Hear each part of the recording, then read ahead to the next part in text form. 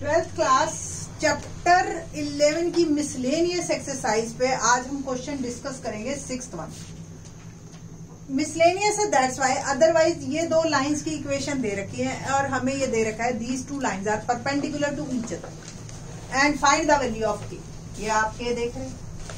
If two lines are perpendicular to each other, क्या condition थी? Are perpendicular to each other, condition is L1 L2 M1 M2 N1 N2 is equal to 0, where L1 M1 N1 are direction cosines of first line and L2 M2 N2 are direction cosines of second line.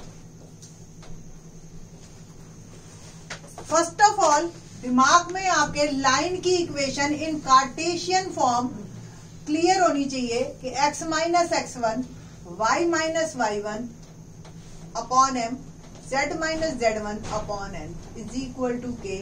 ये line की equation है। तो हमारी जो line की equation है उसमें ये x y z should be positive और इनका कोफिशिएंट 1 होना चाहिए, तभी आप l m n को डिसाइड करेंगे। तो hair L1 M1 N1 R, ये आप देखिए आपका बिल्कुल सही फॉर्म में है।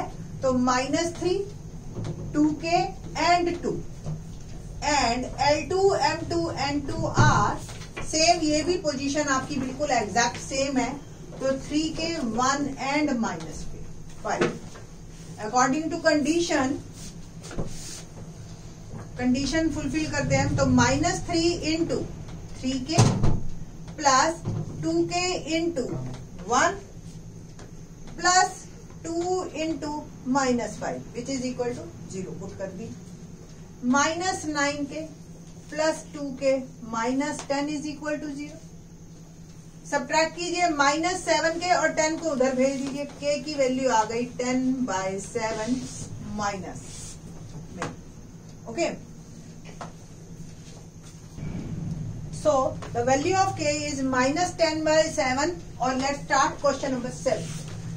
अब जो क्वेश्चन 7th ऑनवर्ड्स है ना आपके पास, सिर्फ आपको समझ के चलने, लाइन की इक्वेशन निकालनी है।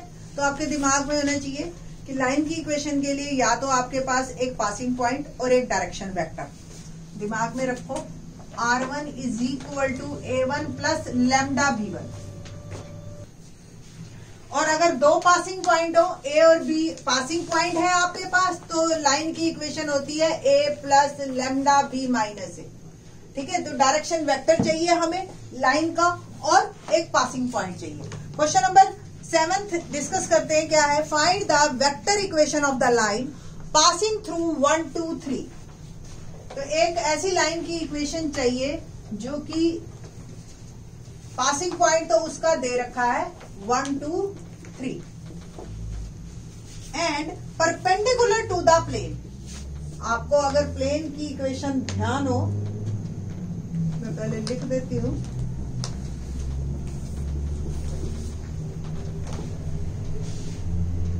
R डॉट n या ये normal vector is equal to d, ये जो है कांस्टेंट डिस्टेंस। तो ये हमारे पास जो प्लेन की इक्वेशन है, ये नॉर्मल आप कंपेयर करोगे अगर इसको, ठीक है जी, तो ये नॉर्मल है।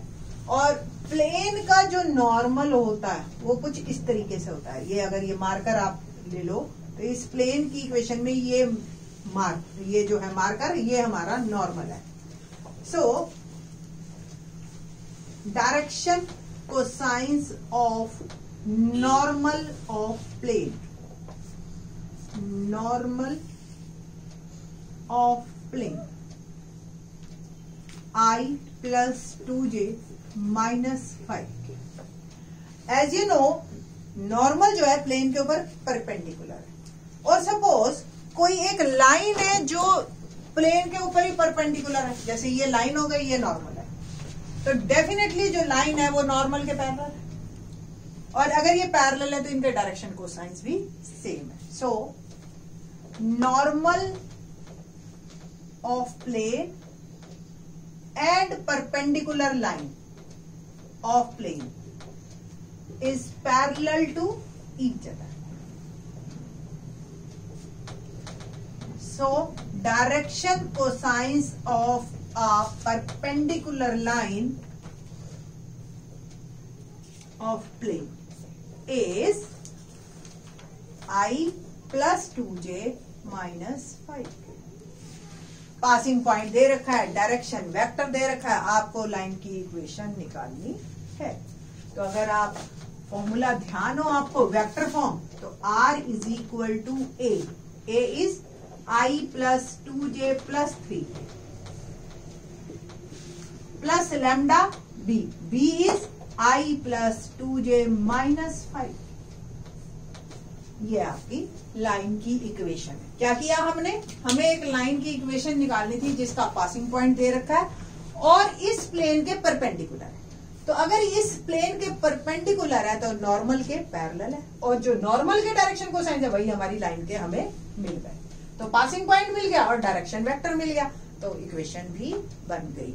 इसी को ही अगर कार्टेशियन फॉर्म में आप लिखते हैं तो किस तरीके से लिखा जाएगा, x minus 1 upon 1, y minus 2 upon 2 and z minus 3 upon minus 5, because LMN are 1 2 minus 5, x1 y1 z1 are 1 2 3। तो ये आपकी कार्टेशियन फॉर्म है।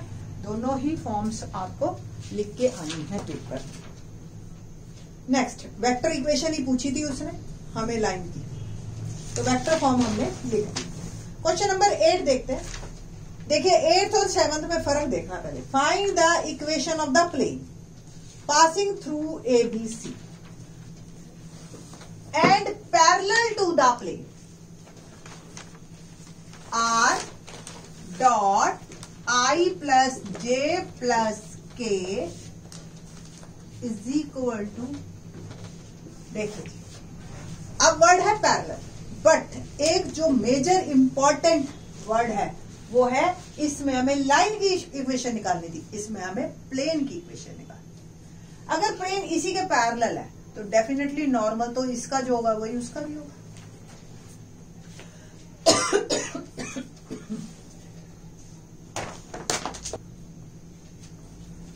तो क्वेश्चन शुरू करते हैं हम कि एक प्लेन की इक्वेशन निकालनी है जो कि पैरेलल है हमारे एक गिवन प्लेन के और पासिंग पॉइंट दे रखी है।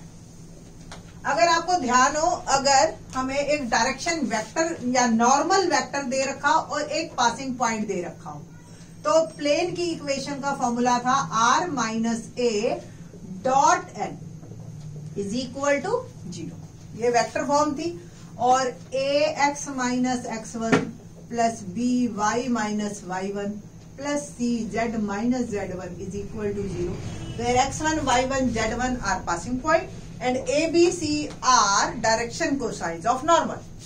बस ये बातें अगर आपको पता है तो ये क्वेश्चन काफी इजी है, 6 मार्क का क्वेश्चन आएगा इससे।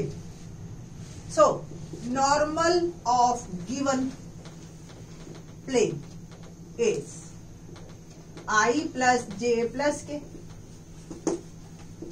Normal of required plane parallel to given plane.